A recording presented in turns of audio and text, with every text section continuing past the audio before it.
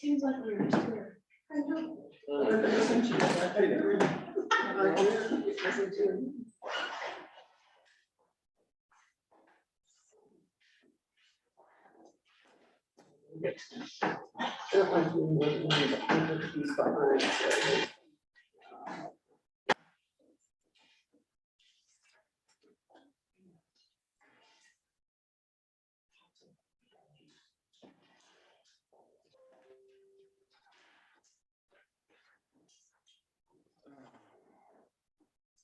So I sent that.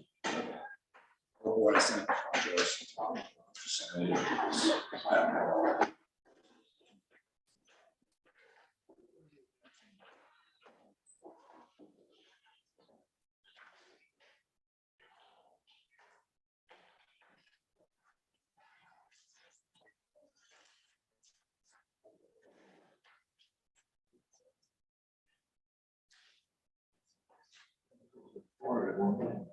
Oh, I'm very thankful. I'm not.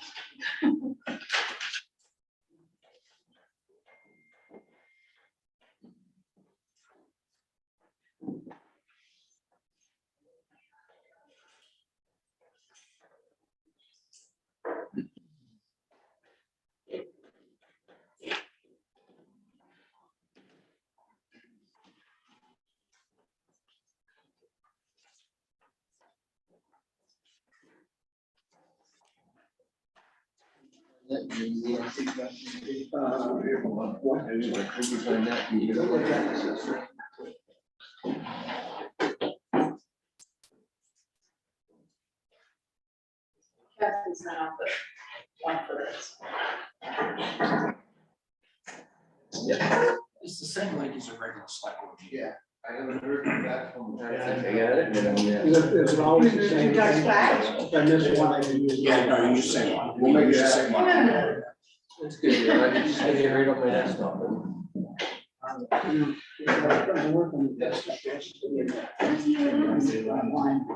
You can save it like. Yeah. So you know. That's the only reason I came.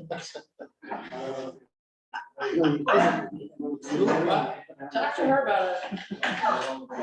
She said, where's the M&Ms? Yeah, well, I was chastised last time, but I was, leading you astray, leading you to fat, yes. I'm all about it. Like that. But you know what? It's happening next time. It is happening.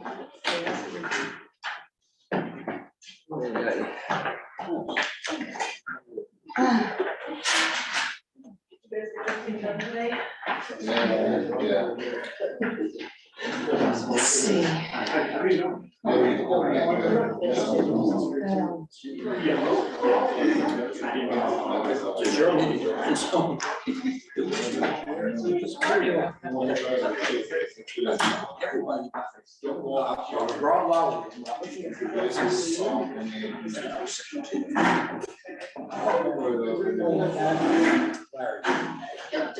than that, which isn't really all that much interesting. I know. Right. And Ted's gonna speak to budget. 36 years. So should be good for fire department. So. Not really. And Rick won't live here. Quite a while. You don't want to go back. So. Not like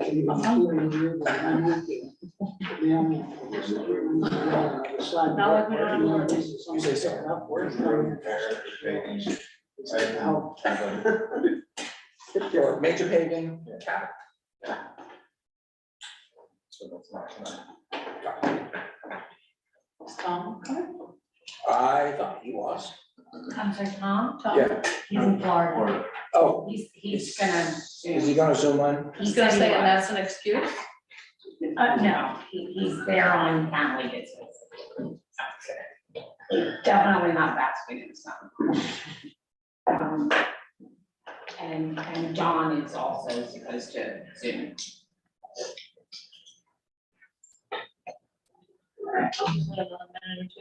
I don't recall what Sharon said. I haven't seen or heard from her at all. She, I think she did say she was, here's Tom. Yeah, Tom just logged on, I so. thought she would be here.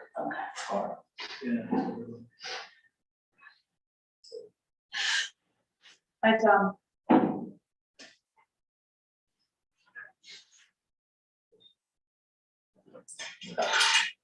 We'll give it another 2 minutes in case others. Rob might be late, they just ran her off. He was supposed to. He asked me to send in the material that was in the book, and I did that on Monday. Thank you, Karen. I haven't seen him in a while. He's been on vacation.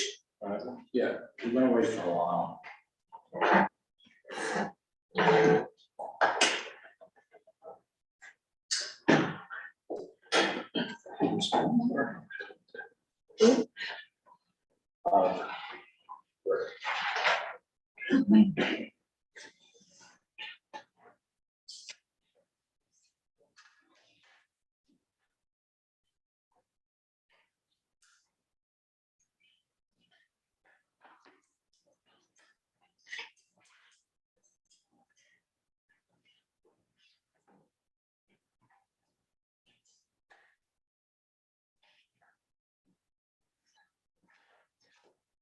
In fact, we just told this Monday, right, at staff meeting. We were going to be doing this tonight. Yeah. We're waiting for Tom to join. Tom's here.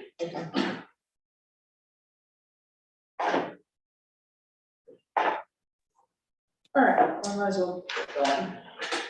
Calling meeting to order at 6:01, please rise and join the pledge.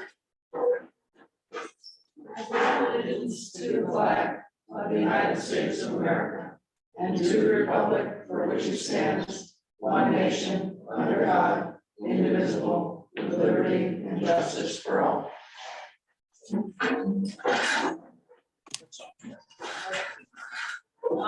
So just some housekeeping first, just to clarify, because there's a little bit of confusion. The next budget meeting is on the 14th, not the 15th. We checked. Just want to clear that up, and we will be working on a number of the bigger budgets tonight. We will not go to capital, even if we go quickly. Partially because for anyone who wasn't here at the board meeting last night, we announced publicly that we would be talking about capital requests at the next one, partially because we're gonna add broadband to that discussion. So we just wanna make sure that everybody's on the same page there. So if it's all right with everyone, we will also push police and waterfront to next week because Larry's at Harbor Master School, so I'd like him to be able to be here for that. I'm gonna read out the ones I believe we're doing tonight. Tell me if there's any I'm missing. Airport, EMS, fire, Parks and Rec, planning and development, if we wanna go back over that, and transfer station. There any others I'm missing besides waterfront and police and SRO? Public Works. Public Works. Yep. Didn't circle it. Thank you. Just a minor one. Oh, All right, so let's just start off, with the airport then. Do you wanna do a little intro?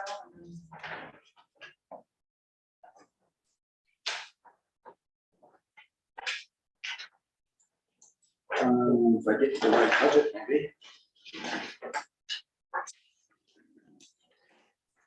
Not sure where to go. Yes, I could get to So I guess instead of me just repeating myself over and over and over again for every one of these budgets, I'll lay it right out to start with. A lot of the biggest factor in the budget increases this year are labor costs and inflation. That's where the crux of this is coming from. So most of these budgets tonight, you're gonna see increase in, especially in labor costs. So you're gonna have it in the salaries, you're gonna have it in the benefits for Social Security, Medicare, and retirement. You know, we are seeing big increases in fuel and energy costs.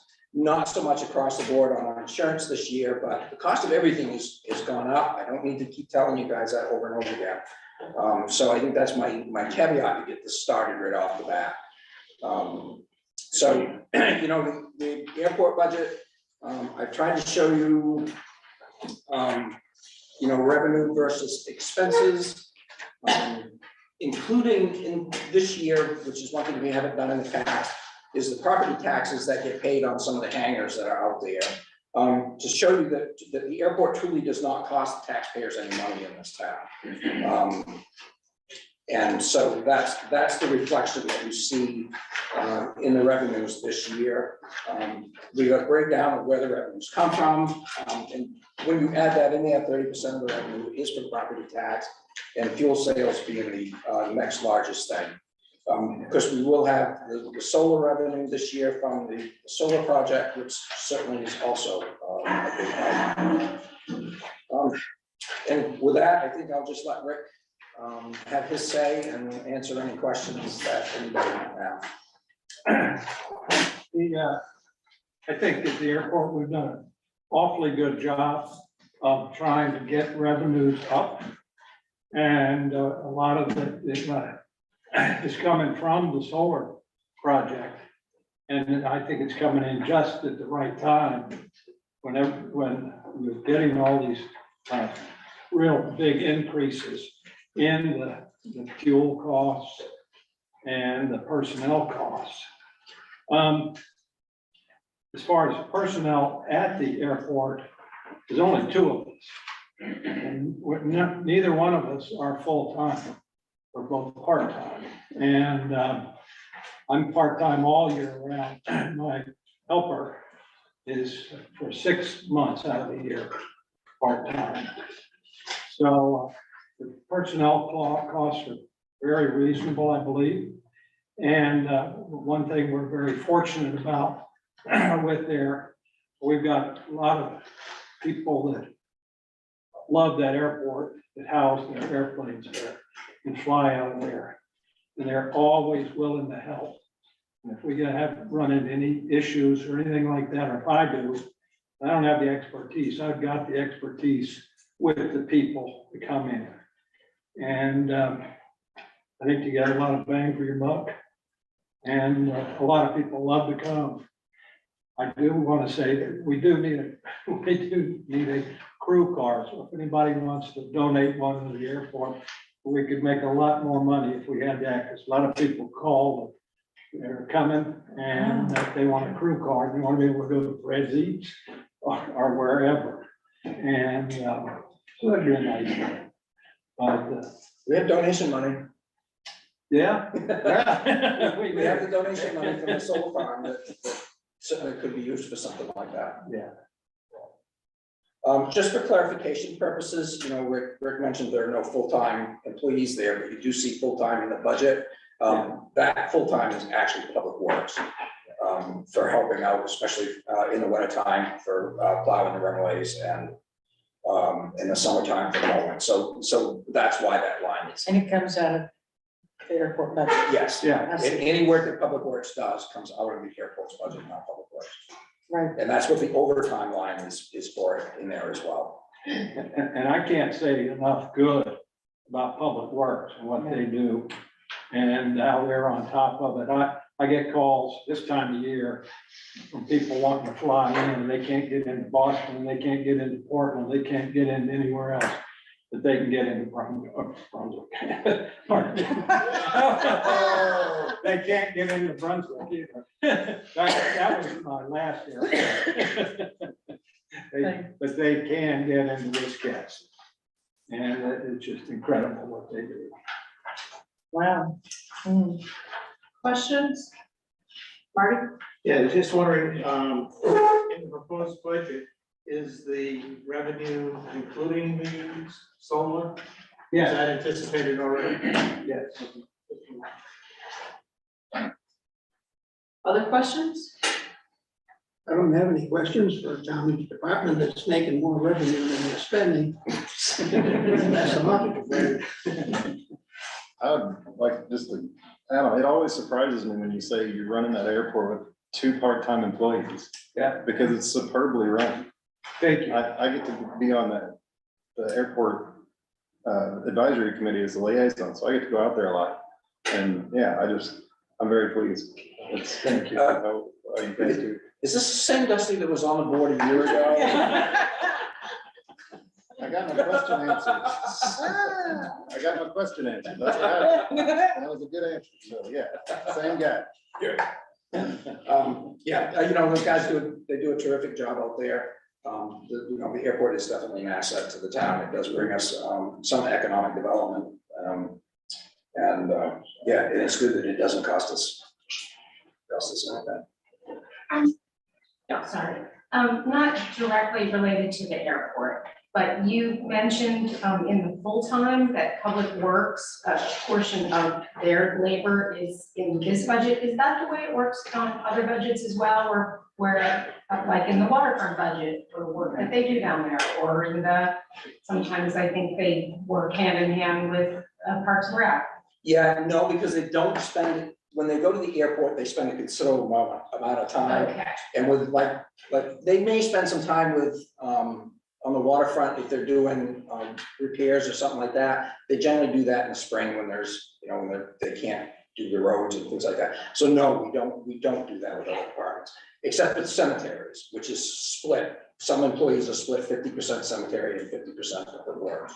All right, thank you. Thank you. Thank you, Rick.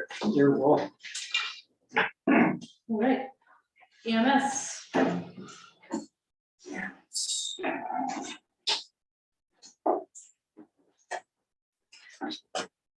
Like sitting with my back to all these folks.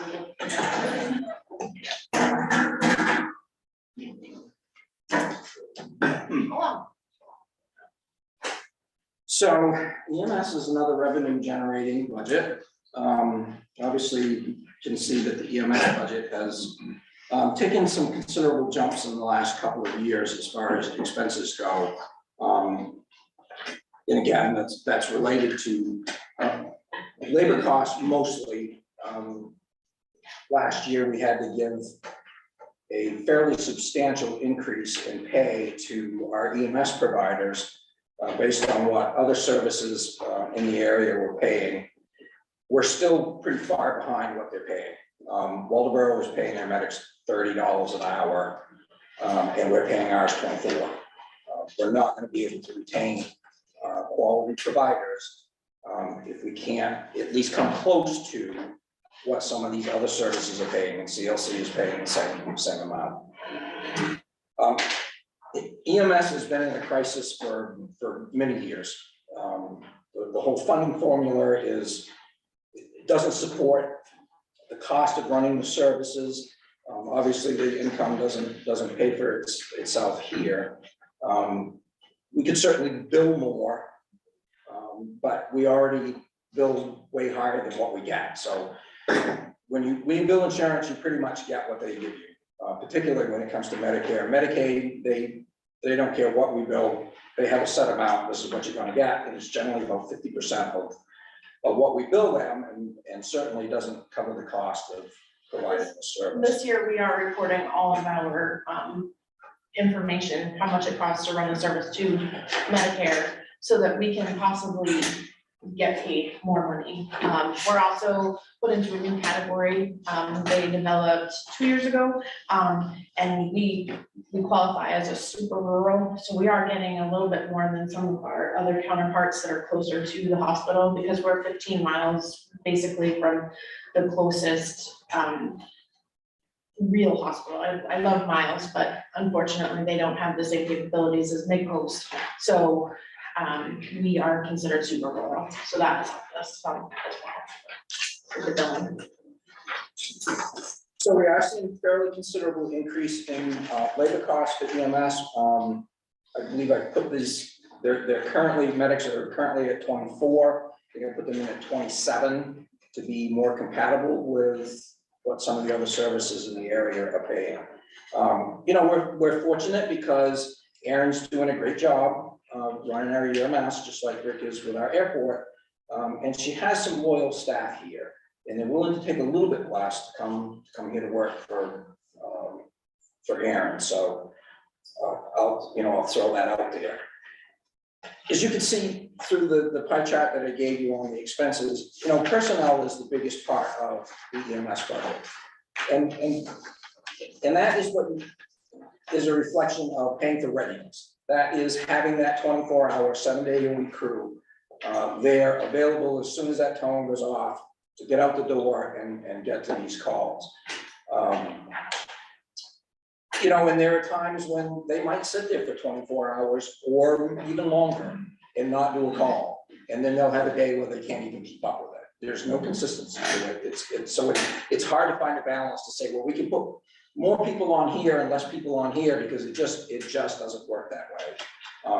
So that's the cost of running EMS. If you want to have a little longer response time, then we could probably shift around some of the personnel a little bit. But personally, if I'm having a heart attack or a stroke, I don't want to wait 20 minutes.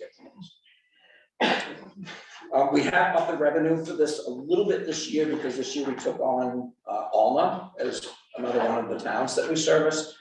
So we're currently servicing Westport, Dresden, and Alma in addition to Wiscasset. I will say we'll have to throw this possibility out there.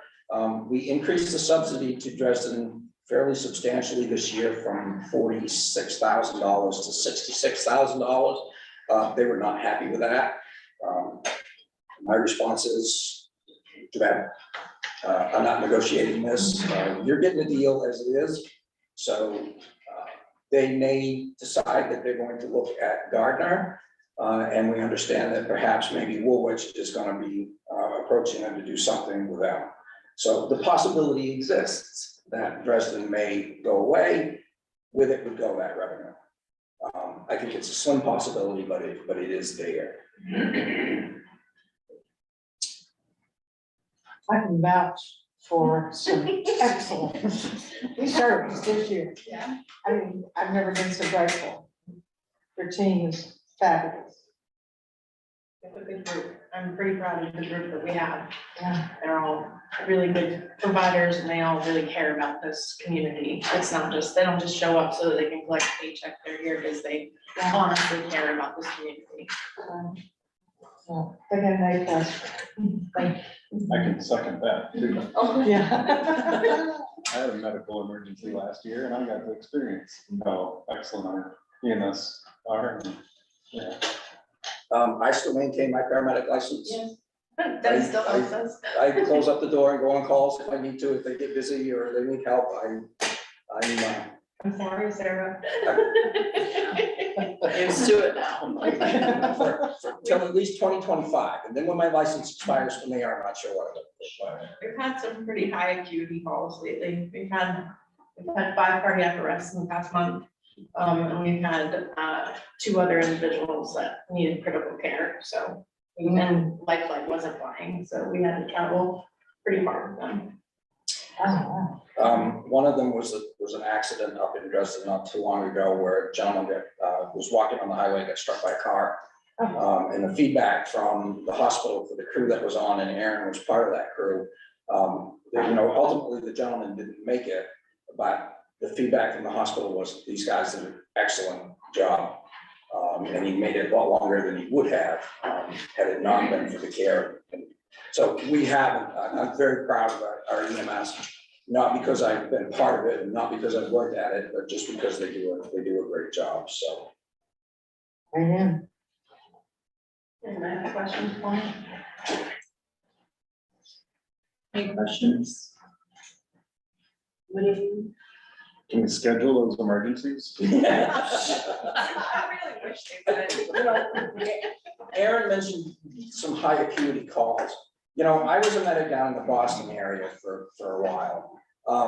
And I can tell you, I've seen more sick people here than I was seeing in the very rural areas down in the Boston area. The acuity level here is very, very high. Wow. And some of these calls are very complicated.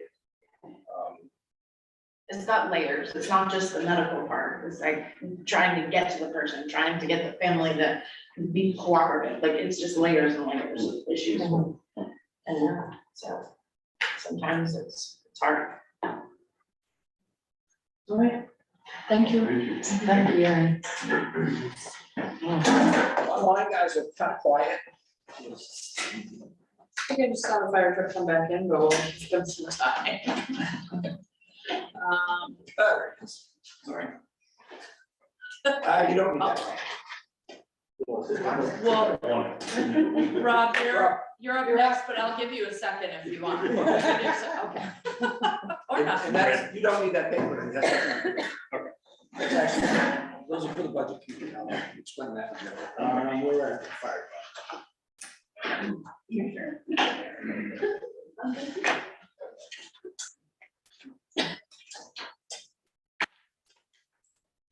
Fire department's not seeing a huge increase in their budget this year. Most of this is, just in gas and equipment, cost. We didn't anticipate a whole lot of, changes in our maintenance line. I hope we're right on that.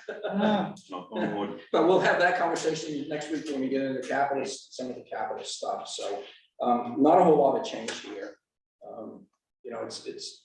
It's still a struggle, I think, getting people to volunteer and do this very important work that we do.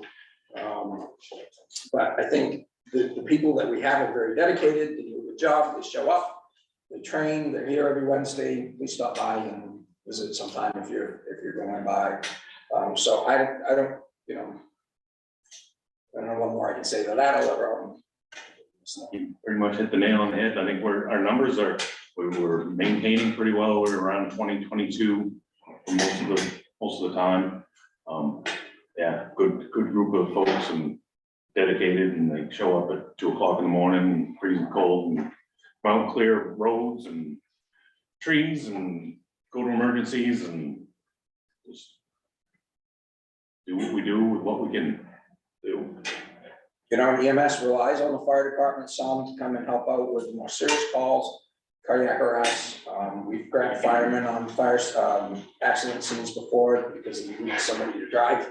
Because the 2 providers need to be in the back with a seriously ill patient. So I think the departments work well together, very well together with the police department and the public works department, helping out where we can. We try to keep these budgets as lean as we can, but this is an important service that we have to the town. And I throw my support behind all of our public safety and public service agencies. Questions? Wow, this is a tough crowd tonight. Yeah. Shakes that one. Why not? All right, thank you. Awesome, thank you. Parks and Rec.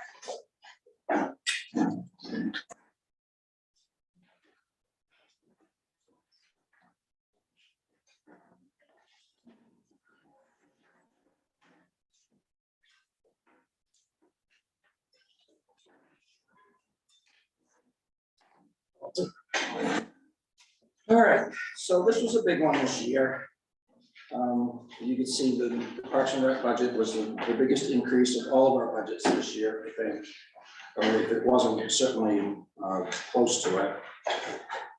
Again, big increases in labor and utility costs.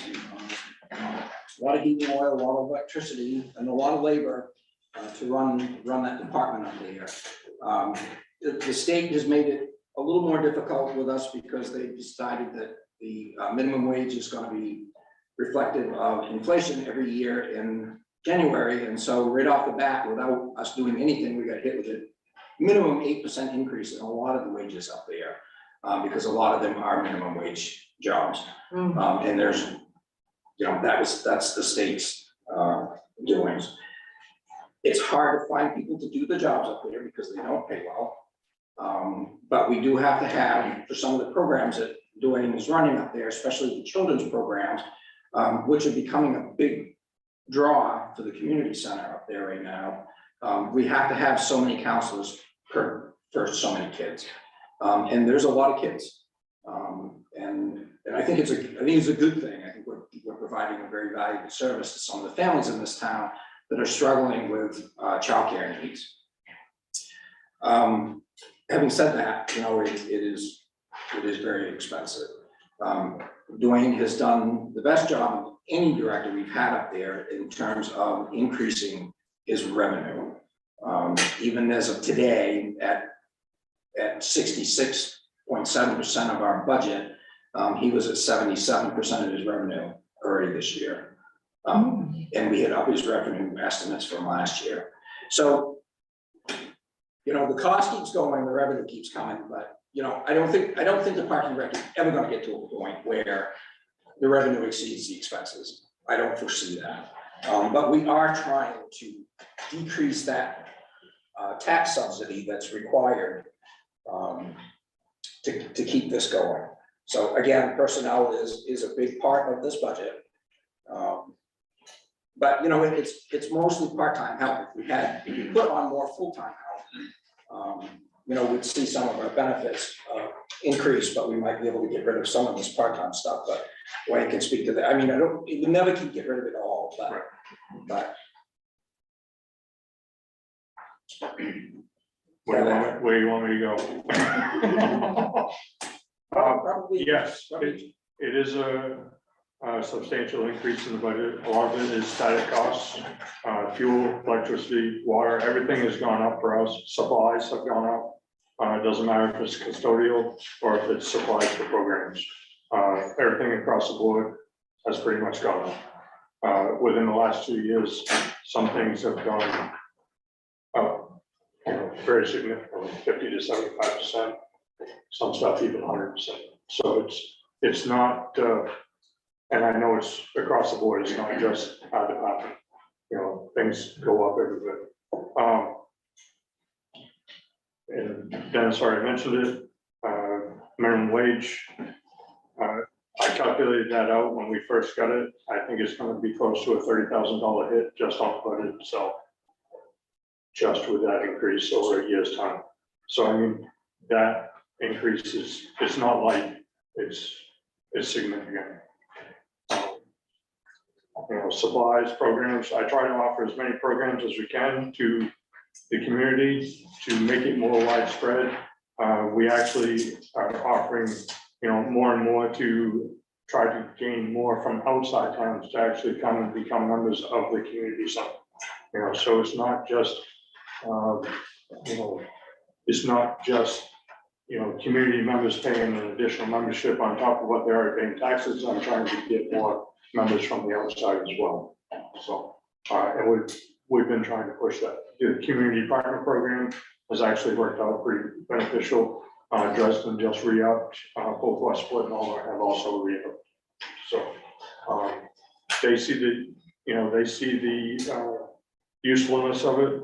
Woolwich, actually, after they voted it down, I had 2 selectmen that have reached out and want to know more about it.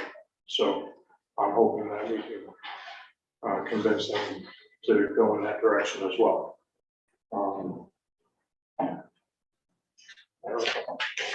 Our revenues are up. I will say that when it comes to, if you want to boost your revenues, you have to spend more money. You have to make money to spend, you have to spend money to make money, but in order to make more money, you have to spend a little bit more money. Yes, the tax initiative this year, or what I'm asking for from the taxpayer, is up, I believe, around 50,000. Yeah. Which is like a 10% hike, where our revenue is going to, I don't have that calculation, but our revenue is going up considerably a lot more than that.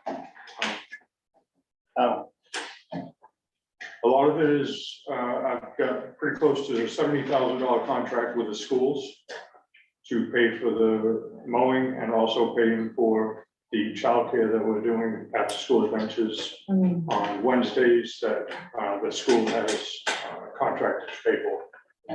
They pay for every kid that comes into the community center on Wednesday, plus they pay for a couple of the people that help with the running of the program on that day. So And that wasn't happening last year, so that's all. That's right. Yeah. Well, the grounds first year was last year. That was like a 20,000. The ASA is close to $50,000 in revenue. I had a question on the program supplies line that went up 20 grand, and I can see we're already over budget and it was higher in 22, but I was curious if there's anything in particular for that, or? Chemicals for cleaning, or are you talking just the 50/20? The $20,000 increase Just the for 50/20. programs. On 50/20? Yeah. Basically, it's just the cost of programming. Like summer camp, trips cost more when you have more kids involved. You have to pay for 2 buses. We were only paying for 1 bus up until last year. Now we take 2 buses on trips for summer camp. So you're paying for that bus driver out of the bus driver's line, but you're also paying for the cost of the trips out of the supply line. All the trips coming out of that supply line, your CAC, all your food for your programs, which we do get reimbursed for, you'll see that in the CACFP lines for the revenue. All the money that's spent on food and Shaw's for ASA and that program, you get money back throughout the year through the CACFP program. Christie actually applies for all of that reimbursement. And that revenue goes into that CACFP line, which comes back and pays for that food. But in order to supply that, you need to be able to spend that. So if you're spending $10,000 to $12,000 on food every year, you need to have that above and beyond what you're already paying in your supplies. So it's, the cost of everything is just basically moved everything up in that line. Tom, you have a question? Yes, can you hear me okay? Yeah. Okay, yeah, I had a couple of questions and maybe a couple of comments. First off, if I understand the numbers correctly, last year at first, let me just thank Dwayne and Dennis for letting us come over and sit down. I learned a number of things when we went through that were assumptions that I had that were incorrect, and I was impressed with how Dwayne is actually hitting his numbers in the top line and the bottom line. Last year, the revenue forecast was a down year. It was I would say, a somewhat conservative revenue forecast, and we're beating that forecast this year, which is good. But looking at this, at least the proposal, it looks like we're proposing a 40% year-over-year increase in revenue. So my question is, what is our level of confidence in hitting that? Because we're basically saying we're going to increase revenue by $185,000 in a single year, and over last year's budget, right? If a miss there compounds the losses that we're looking at. So Dennis and Dwayne, how tight is that revenue forecast? I would say that it's based on what we brought in last year, which was around 530, 525, 530, I believe it was for the whole year. Yeah. And then the school would be on top of that. So, if we had the contract with the school, we would have been around 600,000 last year. I am forecasting what we are averaging right now for a year, looking back on the revenue that's brought in through the MyRec system and what we've been tracking through the town office. I'm projecting what we are averaging right now on a month-to-month basis, looking at a year back. That's what I'm forecasting for the next year. So I'm trying to take that average of what I've been looking at over the last 6 months and projecting that for this coming year. And we are looking at raising rates this year as well, which hasn't been mentioned yet. That will be part of your discussion next week when I get you Dwayne's proposed revenues for fees for this coming year, which will come out the next day or two. Tom, I've always been very conservative on revenue estimates. I've cut his revenue estimates the last couple of years because I wasn't confident in them, and I was wrong both times.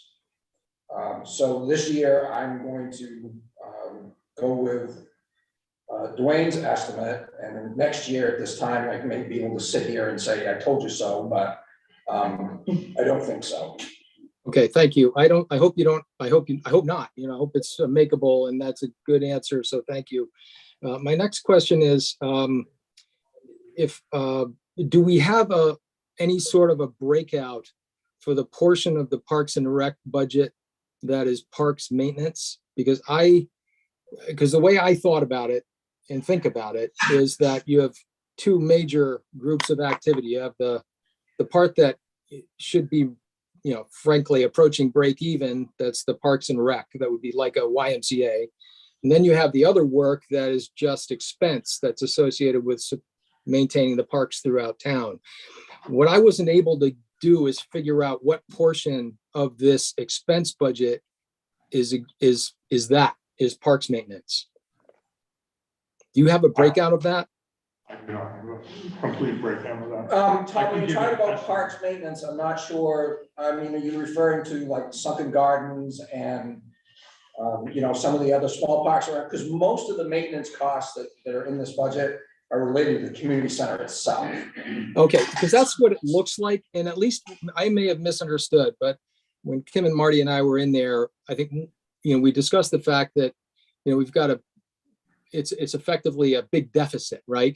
But one of the statements that at least I thought I heard was that, well, a bunch of that is not associated with the revenue producing part of this. We got to maintain baseball fields, and we got to maintain various things that we don't get any revenue against. And so, what I was trying to do is be fair, because to be honest with you, when I look at this, frankly, I look at it the same way, which is that, we have a loss, right? A significant deficit to the revenue that we bring in. It's growing this year. But if there's a bunch of stuff that we do that we don't get paid for, I'd want to take that off the top before I say, we should close that gap. When we maintain fields for the recreation department, like, that's all money that would not get reimbursed for. It costs out in programming, but there's not enough cost there to actually cover, the lining of the fields or the mowing of that grass. If it's an offset season for the schools, basically it comes back to us. I only charge the schools on what we are doing for the schools themselves. If we line the fields, or if we mow the fields for them, they get billed for that. But in the off seasons, kind of like when we have summer soccer and different programs like that, or Cal Ripken is down at Sherman Park, is actually a park for the town, that's maintained by us. The grass around the basketball and the upper field there where the baseball field used to be on the elementary school, that's all us. But those are not significant costs. Those are not Those are significant. not Okay, so that's what I tried to unwind from the numbers that are provided in the binder, and they didn't look like they're super significant costs. Right. Okay, all right, so I'll shut up after this, but I just wanted to, if it's all right, just make a couple of observations. We, on the charts that you're showing, you're showing a 54% of the total expenses personnel, but if you load in the healthcare, dental, insurance, FICA, retirement into that, it's actually about 67%. So on personnel related things, the way I add it up, we're spending about $820,000 a year, which is a lot of money. And we're showing, a significant deficit to revenue to run this operation, which is right there on your chart of about, over $500,000. But the expense increase in a single year is $231,000. And I understand everything got expensive, but I personally feel, and again, Dwayne, I appreciate your being forthcoming with us. I respect what you're doing. You're clearly the best manager of this that we've had. And I'm not going to on any way say that I think that this is a bad thing for the town. This is a good for the town, and you're good for the town. But this is hard for me to vote for. I can't actually see a way to do it. And I would just say, I would like to see this gap closing versus widening at this rate. I'm glad to see you have high confidence in that, 40% year over year revenue increase, But if we don't hit that, for whatever reason, this starts to look difficult to swallow as a taxpayer. So that's my feedback on it. Well, I also want to comment, if I don't get it, I'm not going to spend it because that is not the way I am. If I don't reach my revenue, I'm doing everything I can not to spend over my budget anyway, but I'm not going to try to spend money that I don't have coming in as well. So, I mean, it's, I'm also a taxpayer in this town, and I don't like over budgeting, overspending budgets, so. Yeah, I think, I mean, I'll just say one other thing. It's difficult once you're spending, if you find out you've got a negative surprise on the top line, it's sometimes difficult to slow that train. You can't just, it's hard to do that, what you just described. I found it hard to do, and I've been involved in a lot of businesses. So I think that's tough. I would really strongly prefer as just one vote on the budget committee and one vote for the town. I'd love to see a different story here. I'd love to see one where you're closing this gap versus expanding the expense gap at this rate. So that's my 2 cents, and I'll go back on mute. Hoping I can get there. Other questions? Kim? I have several. Let me start with my confusion. And it's something that Tom just mentioned as well. Part of the revenue, I think you said it was 70,000 for the after-school program. 50 of it is. Okay. I get that it's revenue coming into the rec center, but it's money that the school is spending, so isn't that a little squishy? It's either coming from the left pocket or it's coming from the right. Yeah, so okay, It's a program that was set up this year okay. by the superintendent, and to my knowledge, everything is he's already put it in his budget for this coming year. Okay, but as far as taxpayers are concerned, it's coming out of our pockets. So it's revenue for Parks and Rec, which is great, but it's coming out of our pockets. I just want to make that clear. Okay. Dennis mentioned that next week will be a discussion about fees. Will we all be involved in hearing about that? You all will get the same information. I will send you the whole fee schedule that I've been working on now for weeks. So is that not part of this? It is. It's already incorporated into this, yes. Okay, so when we met in January, I had pulled out from 3 years prior when I was on budget, and Lisa Thompson came to talk to the budget committee. And there was a whole discussion then about raising the fees. So I pulled out what I had done then, and I was very surprised to learn that in those ensuing 3 years, the fees had not changed. So when we met and we discussed that. As far as membership. Membership fees, yes, that's what I'm talking about. Will fees increase across the board? They have in all the programs, we've But been, membership fees, memberships will, they will. So it doesn't matter whether you are a community partner, whether you are a Wiscasset resident, whether you are from some other town. we're looking at increasing everyone. Okay, good, because in January you had mentioned you're not. Yeah, no, I've had conversations. Okay, I'm glad to hear that, because I mean, Wiscasset residents are the substantial chunk of membership. Another thing that concerns me, and I just want to bring it up, so it came up in January, and I would like everybody to understand this, is, and to Dwayne's credit, he's running a community center for the community.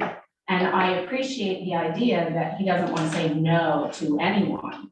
But if you have to say, if you're saying yes to one more child, and having one more child means you have to hire one more person for that program or rent another bus, does it make sense to say yes to that one more child? Or do you have a number where you say, this is our limit for this program? We limit until we, it's kind of like swimming lessons. We have a limit, and then if we have somebody on a wait list, we open up another class. Okay, so that is not what you told us in January. but I do try to accommodate everybody. I appreciate that. Yeah. So, and give an incentive for people to sign up early for things, but, you know, people do occasionally have to be told no.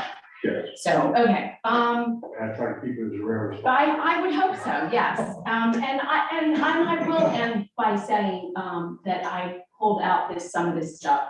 And I had information that Lisa Thompson in 2019 had sent to the budget committee. And from looking at that and looking what you sent me the other day, memberships are way up. Day passes are up. I mean, all the things that she was telling us in 2019 and that you're telling us now. I mean, there's definitely a marked improvement. And I'm thrilled with that, but it's still, I kind of sit where Tom does, it's still very concerning how much the community is.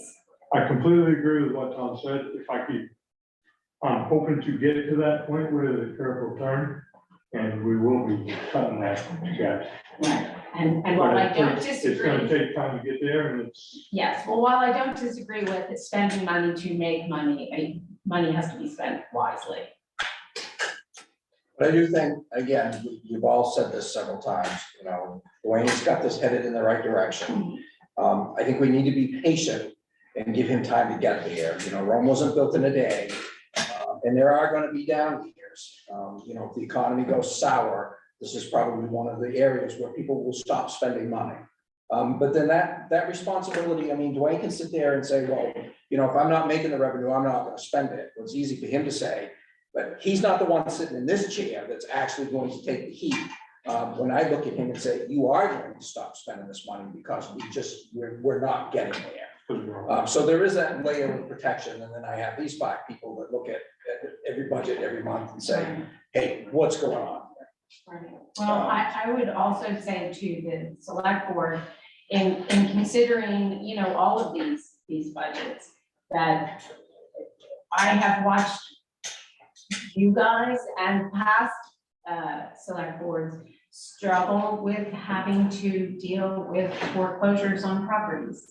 And if people can't afford to pay their taxes here, that is going to be continue to be a problem. And I will say, as when I first come to work in town as the EMS director, you know, as you're a department head, you feel like you compete with other department heads for resources which are precious and valuable. And so my opinion of the Parks and Rec department was then is that we're spending too much money on that. We should be spending it on EMS and fire and other essential things that we should do. Having had to sit in this chair and look at the situation as a whole, I've taken a little different attitude on that and realized that while this is a lot of money, and Dwayne and I had quite a few conversations about how big this is. And in the past couple of budgets, I've actually gone into some of these budgets and said, I'm not even presenting this to the budget committee, or to the select board, because I just don't feel right about it. I did not take that tactic this year. I considered it with Dwayne's budget because it was considerably high. But I do get feedback from the public that say, you know, this is one of the reasons why we like being here, and this is one of the reasons why we want to come here.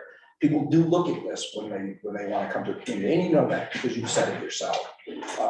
It's a hard swallow, but I guess what I would ask is that, you know, you put some faith in us to be able to pull this together and continue going down the road and say that we're headed in the right direction. Yes. Yeah, I'm Robert Jones. This is the first meeting I've been to since last April. I have some questions. How many people are Parks and Recreation employed? employed, Yes, I believe we're at right around 40. 40 people, huh? Yeah, there's 5 full-time and the rest of that. Okay. Can I ask why 12.5%, 11.5%, 12.5%, 21% on increases in salaries? Well, some of the increases in hourly wage, because we've had to increase them. some of them are increases in the hours that he needs to audit in order to run some of his programs. Okay, I'm asking him, sir. I'm asking him. Thank you. I don't think the budget committee actually tells me what I can and can't do. Okay, but I didn't ask you, sir. I asked him. And he said, running the Parks and Recreation. This is my budget, not his. Okay, The budget as a whole is my responsibility. Greg, Dwayne, is there anything you'd like to add to that? I have another question, please. Can you justify, after-school program director increase in Yeah, 112%? it's a full-time position. So it was previously a part-time? Yes. Is that the same for the after-school program counselor? The counselors are part-time employees. That's all, increased 130%? Why is that? Because of the use of the program, I don't understand. because of the amount of people that are using the program, you have to have enough counselors to offset. Well, that isn't just one person. That's not just one person. Nice. Okay. All right, thank you. Other questions? Marty and then. I have a comment. I was looking at the difference between the revenue and expenses, and it only comes out to about 8%. And considering the increases just in the minimum wage of a lot of the employees, it's something that's very difficult to change. So the difference between the two is not as big as what it looks like, because as Wayne explained, the revenue that he estimated sounds pretty valid. So if you look at that number, it's not as big as it looks. The increase. I made a draft that I emailed you guys, or Dennis emailed and emailed it to you to select board, so you can pull it up. We get these monthly reports. Department head reports. You send us a 5-page narrative, which is a lot to read. And they always begin with a very enthusiastic statement about the revenue. Either they're record breaking or they are almost record breaking or whatever. So I kind of have to skim through that to figure out what's going on. I started to put these numbers into a spreadsheet so that I can see what they look like every week or every month. And you can probably see it from here. So that's net revenue.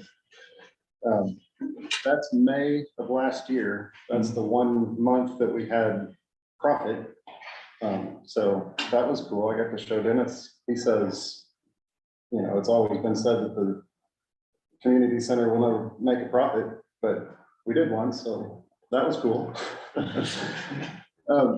More interesting to me is all the variability in the red lines, because I mean, we'd like to break even at least, so that we're not having a huge expense with Parks and Rec. It's an important service and people like it.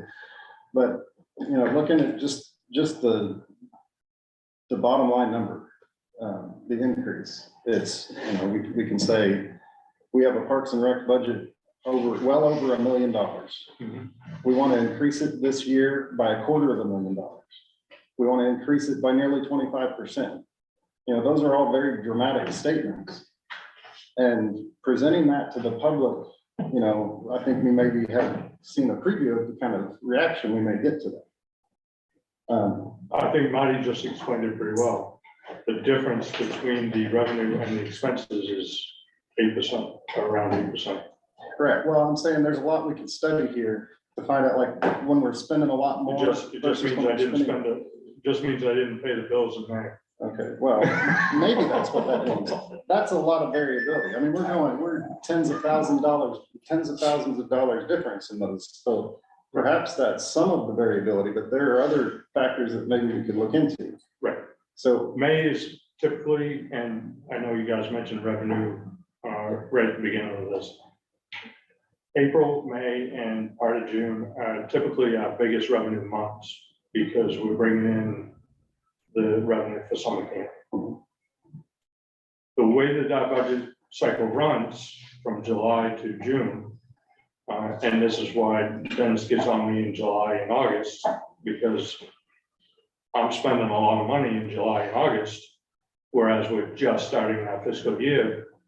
We just ended our fiscal year bringing in all the revenue for summer camp, but it stayed on the previous year. Oh.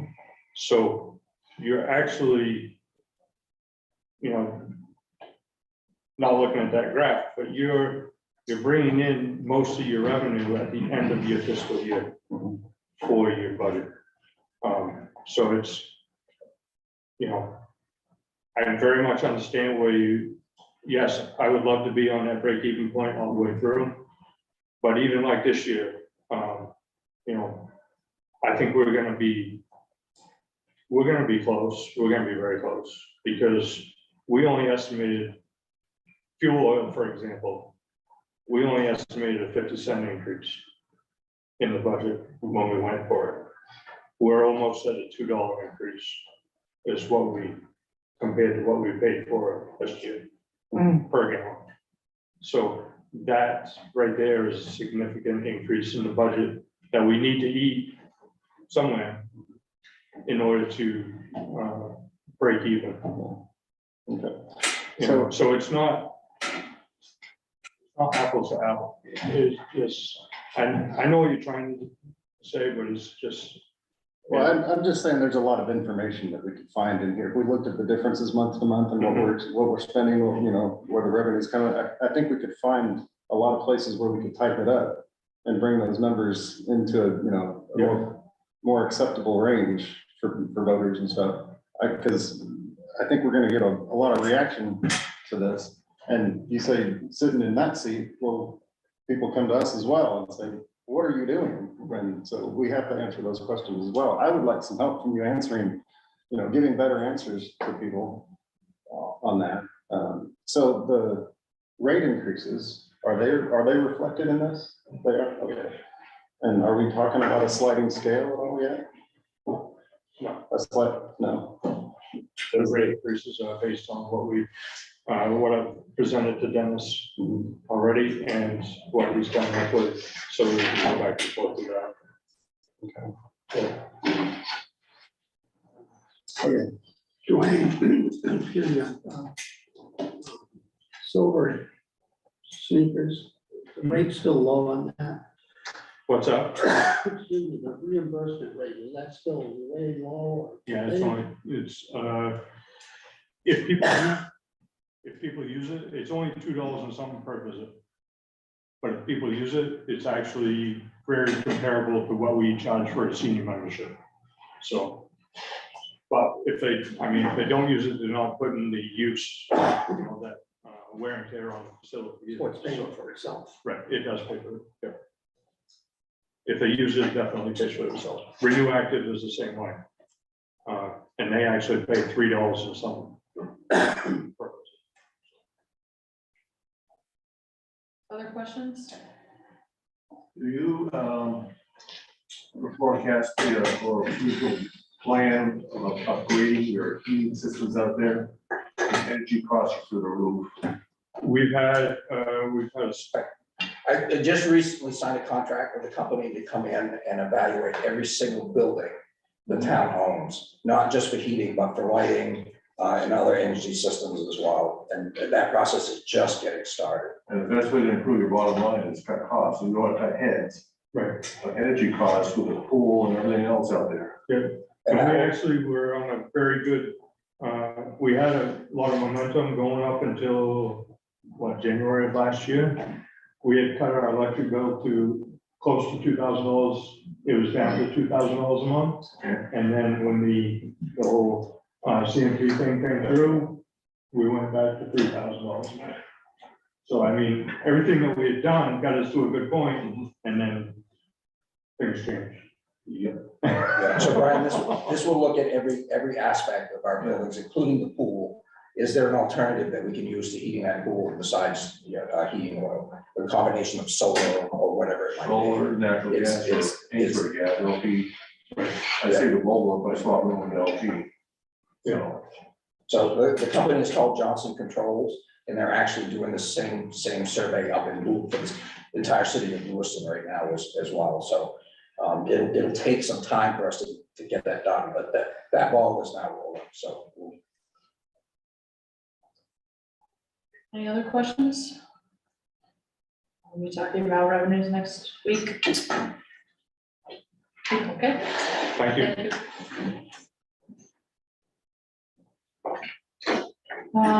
Anything else we want to discuss on planning and development at this point? Certainly come back to it again if we want to after we get through capital. What are people thinking? People talked about having more discussion on planning and development, which I assume we will at some point, so I'm asking whether you want to do that now, or we'd like to do that perhaps after the capital discussion. I guess, I think I would ask to wait. I met with Emily and Mary Ellen this morning about this.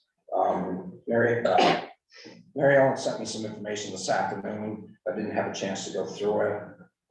I think it would be helpful for the discussion, some of what we talked about, and some of what she sent me, give me a chance to put something more together. Okay, so come back to that as well. We can wait. I will tell you that, you know, we did talk about this before, and whether the salary was comparable. You know, it was kind of in the range where Damerscotta's planner was. She just recently got done because she just found a job that paid a whole lot of money. And Thompson is now advertising for economic development for the town of Thompson, and the starting pay is $80,000. So that'll give you something to think about for a week while we're. Well, we're 30 minutes closer to court. Oh, sure, I mean, it's not a, you know, it's not an apples and orange comparison, but it's more like a Macintosh and a Granny Smith. Public Works.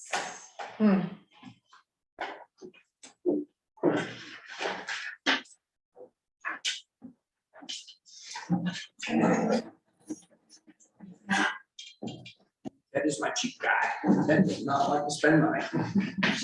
Kim? May I start by saying bravo on the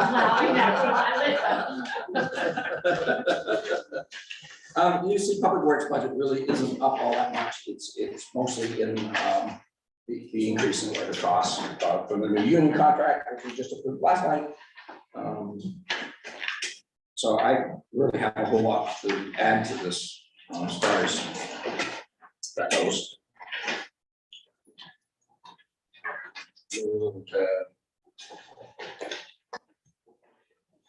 Any questions?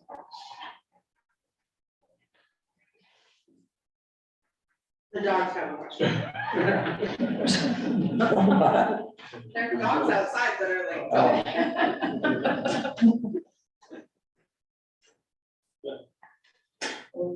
Okay, Transfer. all right. then Move we'll on to transfer. transfer station then.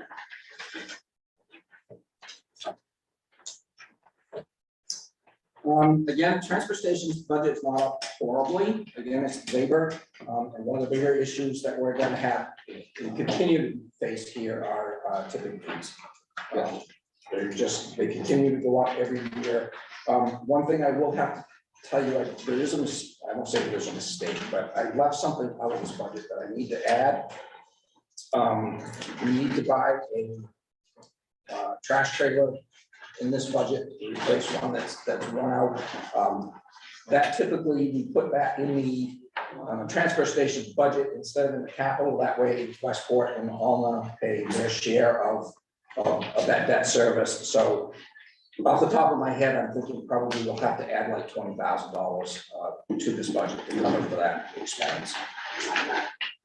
And on the revenue side of it, too, it's gonna be, we're having a hard time getting rid of the cardboard now, recyclables. There's no price on it, so we're gonna have to watch that.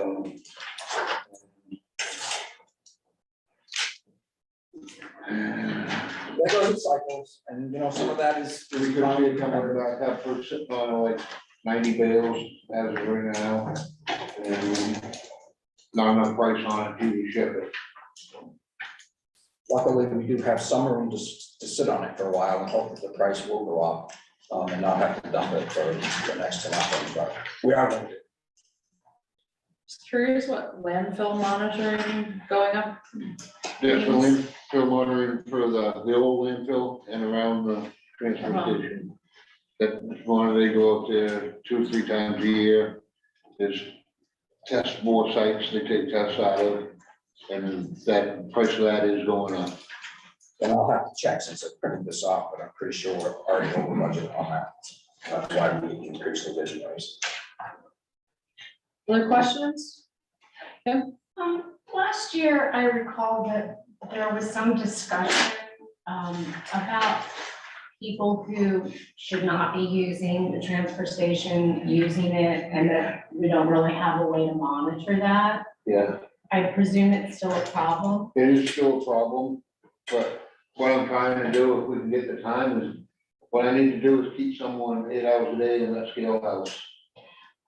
Has anyone looked into sort of a sticker for your car and a gate that We have goes up? stickers, Okay, well, yeah, but I mean, like in combination with you can't get in unless.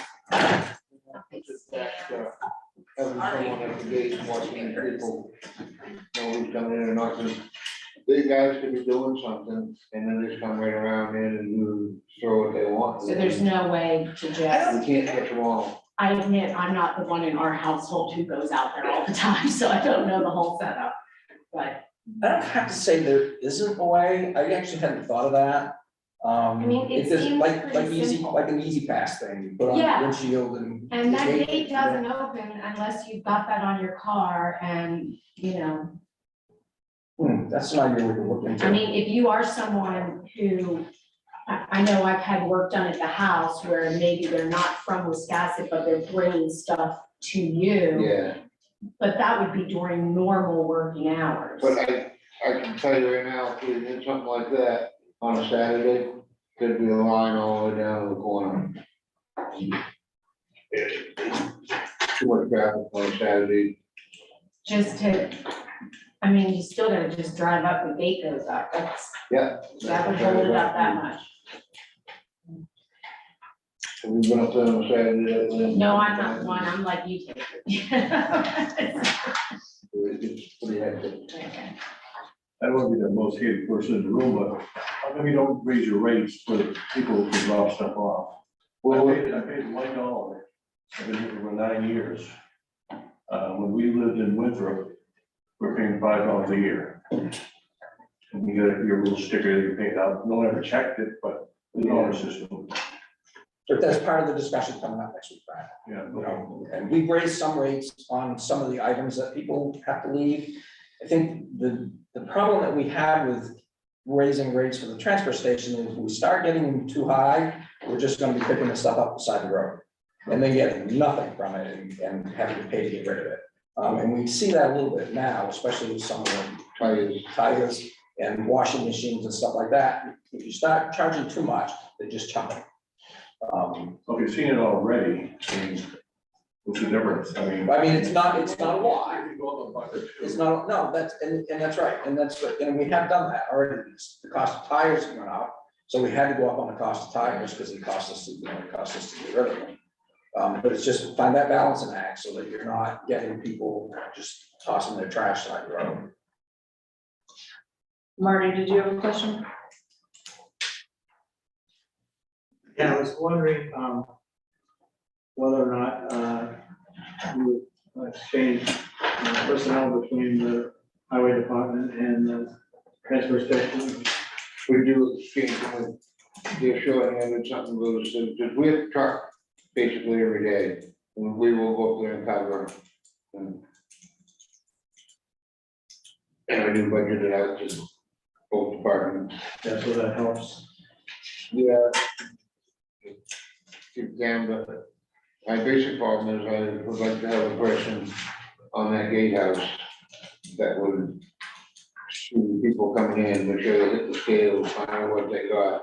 You know, we can't watch them all. Would that be good to have somebody part-time on Saturday? Well, we could Saturday, that'd be a start.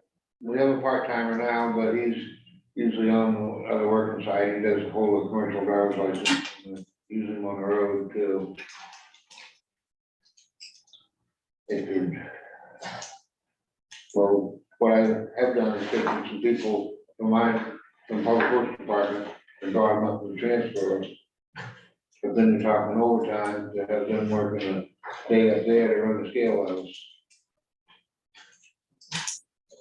The only answer I can come up with is controlling the out of town people coming in is someone on the scale house watching them come in. And then Marty, we're probably talking with pay and benefits, or even if we do it part-time, you know, you're looking at $50,000 to $60,000 a year in part-time labor. We really have no idea how much people are dumping in there. So are we gonna spend 60 to save 30, or are we gonna spend 60 to save 120? Well, that's what I was We saying. don't have we just don't, I don't think there's any way to really quantify that. You just get it on a Saturday. Yeah, Well, we've done that some on just kind of randomly gone up, just to kind of put it out there to say, hey, they're checking, they've been checking, and then, you know, it will peter out a little bit, and then as time goes by, you know, we have to. Is there a camera out there that anybody could just kind of take a look and say, you know? Yeah, we got one for the inside door, there's nothing into the, on the bins and stuff like that way. That's something else that I've been working on is cameras for all of the town buildings. Which is why I don't want them touching my ARPA funds. But we have changed our sign from, it says regional transfer station. So people coming from other towns like Woolwich or whatever, say, oh, it says regional. So we've taken that off and don't know if it's helping. I know Well, I what always came here, but what is helping is when we can get someone in the scale house. That is helping. I do it the most that I can do it. If they're slow that day, and they can do it, they come in a slow day, you don't need to go if they're coming in. I really don't think we need to hire another person. We're just gonna have to put what we have to better use right. when we have time. I was gonna wait until we get into fees, but it might help too to have signs up with the brushes, minimum $2. Yeah, there is a few signs I up. was known as $2 bill up there. I was pulling some trees, and I see other people go in and unload a couple loads and don't just drive away. That's another thing too, because, you know, I go up there and say, hey, $2 for that load. And he'll say, well, that guy right there just dumped the load, didn't charge you nothing. So we didn't catch him. We don't have the manpower to Yeah, catch him. if there was a sign up there to let everyone know they're supposed to, There is a Yeah, sign. because they pay special attention to speed limit signs and everything else. not with the brushes, I never saw Not with brushes. There will be. them. That's tomorrow. Other questions? Yeah, none? All right. I think that concludes for tonight. So we'll pick up next week with police, SRO, and waterfront. And start digging into capital. Thank you, everyone. Can I have a motion to adjourn? Move to adjourn.